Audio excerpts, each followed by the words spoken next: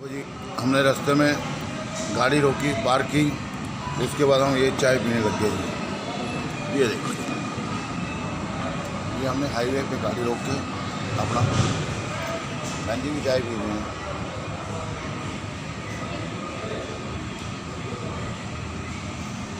आज लोगों का खून भर गया किस चीज़ में उषा? ये देखो जी, ये हाईवे पे हैं जी, हम हाईवे पे गाड़ी रोक के हम ये चाय पी रहे हैं।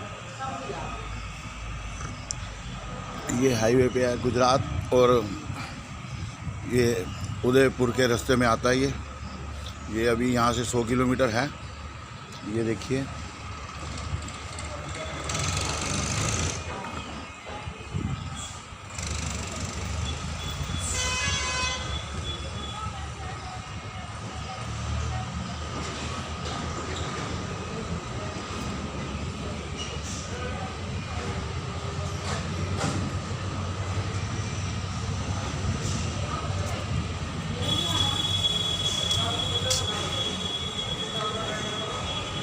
ये सब चाय पीने के लिए रुके हैं जी यहाँ पे।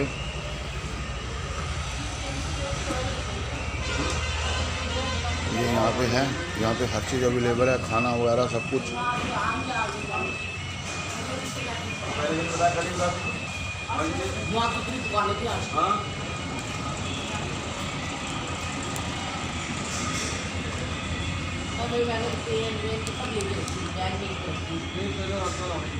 ये देखो जी, चाय पी रहे हैं हम।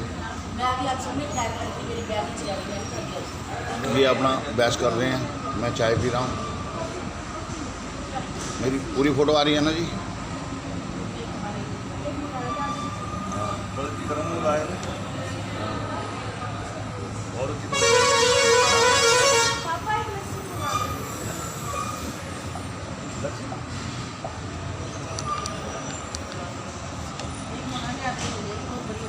क्या हो गया? है तो सही, तो मैंने बोला ये लिखा तो हुआ है, बटर मिल्क लिखा तो हुआ है।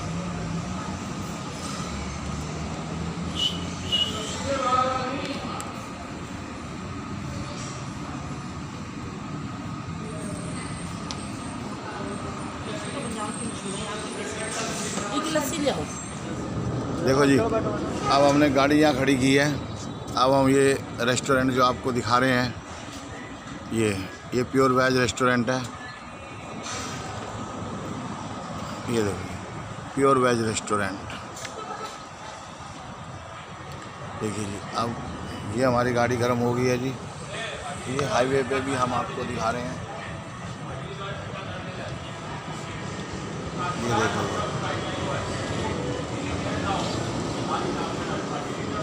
ये हाईवे पे है जी 1855।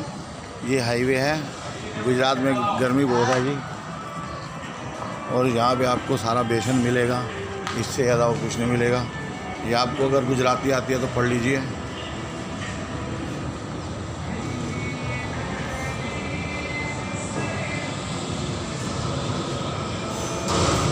ये देखो जी, मैं आपको पढ़ के सुनाता हूँ। सबसे ऊपर पंजाबी थाली, गुजराती थाली, काठियावाड़ थाली, आगे का पता नहीं जी। ठीक है जी, और यहाँ पार्सल सुविधा भी है। ठीक है जी, ये देखिए, सिर्फ हमारी गाड़ी अकेली नहीं खड़ी जी, 3-4 गाड़ी खड़ी हैं, और मेरे परिवार वाले इस एसी हाल के अंदर घुस गए हैं जी। अब मैं भी अंदर जा रहा हूँ, आपको दिखाता हूँ कहाँ बैठे हैं वो।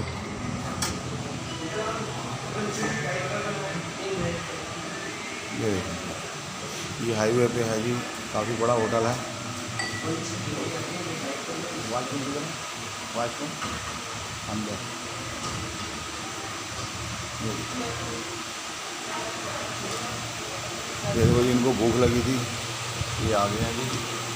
ये देखो जी, ये देखो, ये क्या निकाल रहे हो जी इसमें से?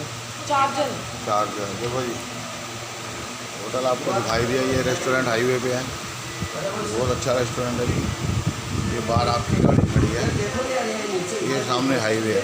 हाईवे के ऊपर अच्छा रेस्टोरेंट बना हुआ है, फुली एसी रेस्टोरेंट है। आप जब भी आएँ यहाँ पे रुकें, खाना खाएं। अभी खाना कैसा है वो हम खाने के बाद बताएंगे आपको, ठीक है जी।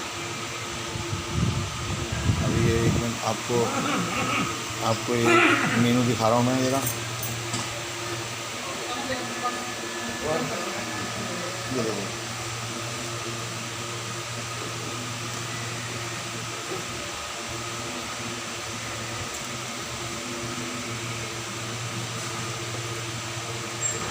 तो आगे का सफर मैं फिर बाद में बताऊंगा, ठीक है। धन्यवाद। सोमनाथ मंदिर जा रहे हैं, ये सोमनाथ जी बैठे हैं, इनके दर्शन यहीं कर लो आप, जिसने ना किए हों। ये देखो जी, अब हम सोमनाथ के दर्शन करके ये रास्ते में हम ये है जी,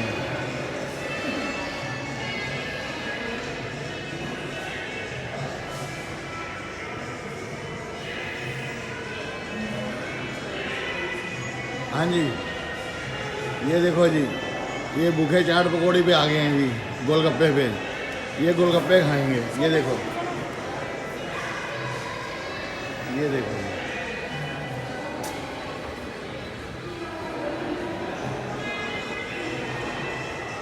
तो मेरी तो चाय की इच्छा होती है जी, मेरे को तो चाय की दुकान मिल गई। ये देखो,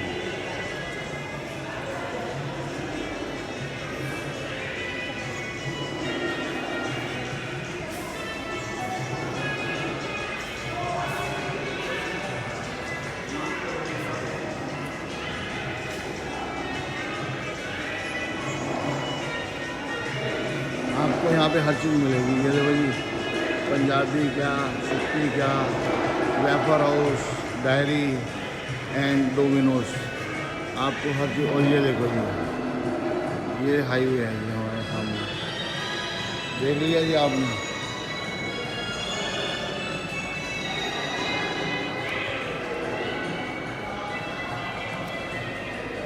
देखो जी, आपको हर साल की तरह इस साल भी हम घुमा रहे हैं। और ये देखो जी,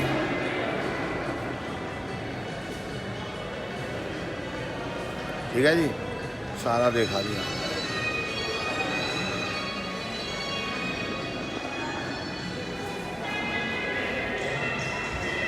द्वारका की महारानी, आपको शायद पता है कि नहीं, मैं नहीं जानता हूं, मगर हमारी ये द्वारिका के नाथ है, उस साल में 2 बार शादी करते हैं और दोनों बार उसने पसंदगी क्या किया, एकादशी का। अभी जो एकादशी गई, कार्तिक शुद्ध एकादशी के दिन वृंदा यानी कि तुलसी माँ के साथ भगवान ने शादी के फेरे लिए, और चैत्र शुद्ध एकादशी के दिन ये जगदम्बा रुक्मणी के साथ भगवान ने शादी के फेरे लिए थे। ऐसा अपना भागवत के अंदर इसका प्रमाण है। शादी संपन्न हो जाने के बाद द्वारिका नगरी से करीबन 50 किलोमीटर दूर दुर्वासा ऋषि का आश्रम है और वो गांव का नाम है पिंडारा। ये द्वारिका नाथ और रानी रुक्मणी सज धज के अपने रथ में विराजमान होकर दुर्वासा महाराज के आश्रम पिंडारा गांव गए।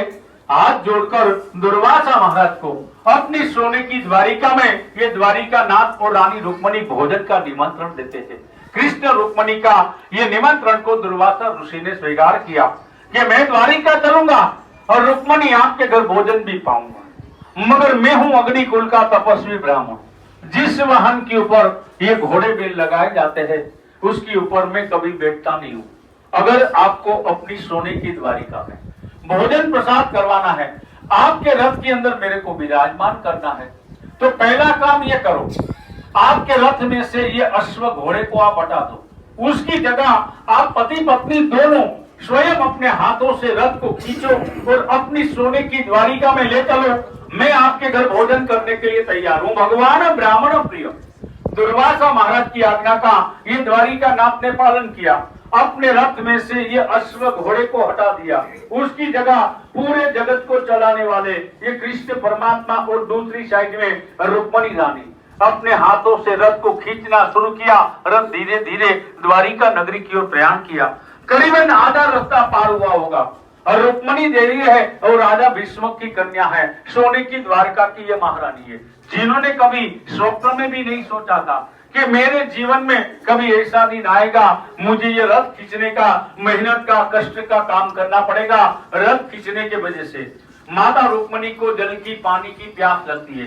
वो भगवान द्वारिकानाथ को कहती है कि हे अंधाता, मेरे से अब रथ खींचा नहीं जाता है, मेरे हाथ में पैर में छाले पड़ गए, मेरा गला सूख रहा है, मुझे जल पीना है, परमात्मा आप हमें जल पिलाइए। भगवान कृष्ण ने रुक्मिणी को समझाने की बहुत कोशिश किया कि देवी ब्राह्मण को अपने घर भोजन के लिए बुलाया है, थोड़ा और कष्ट उठा लो। जब तक ब्राह्मण अपने घर में भोजन प्रसाद नहीं पाते तब तक घर के यजमान कुछ खाते नहीं, कुछ पीते नहीं। इसीलिए देवी द्वारिका नगरी अभी दूर नहीं है, आपको थोड़ा और कष्ट उठाना पड़ेगा, और जैसे ही द्वारिका नगरी में पहुंचेंगे मैं आपको जल पिला दूंगा। मगर यहाँ बात आती है स्त्री हट की। रुक्मिणी ने क्या कहा कृष्ण को, मैं सब कुछ छोड़ के भागी चली आई हूँ, मैंने आपके पास धन नहीं मांगा है, आपके पास दौलत नहीं मांगा है, मैंने 2 बूंद पानी मांगा है। कृष्ण मुझे परिणाम की कोई परवाह नहीं है, आप हमें जल नहीं पिलाएंगे, नहीं तो मैं रथ को ही छोड़ देती हूँ। भगवान समझ गए कि रुक्मिणी के अंदर एक स्त्री हट दाखिल हो चुकी है।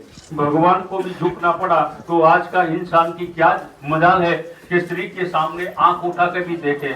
भगवान ने तुरंत रुक्मिणी की बात का स्वीकार कर लिया। देवी ठीक है, आप जो बोलो वो सही है। रथ को बीच में रोक दिया, अपना दाहिना पैर का अंगूठा भूमि में दबाया।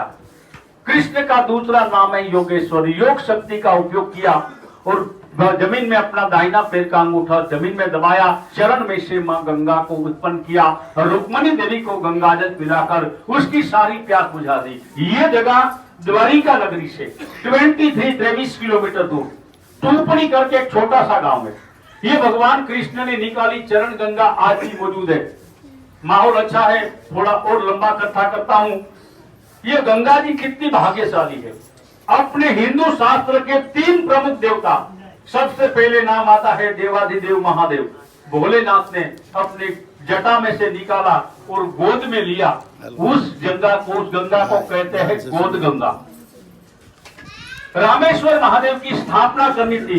रामचंद्र भगवान ने हनुमान जी को ये बताया कि हनुमान तो आप तैयारी कर दो, महादेव की या रामेश्वर महादेव की स्थापना करना है।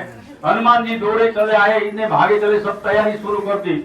मगर एक फल ऐसा आया कि राम ने हनुमान के सामने देखा तो राम जी तो अंतर्यामी थे, समझ गए। हनुमान जी तुम तो आप चिंता में हो, मेरे को बता दो क्या प्रॉब्लम कुछ हुआ है।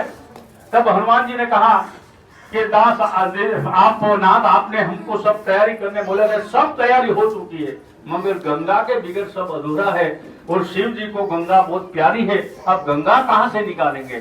तब रामचंद्र जी कहा कि हनुमंत आप चिंता छोड़ दो।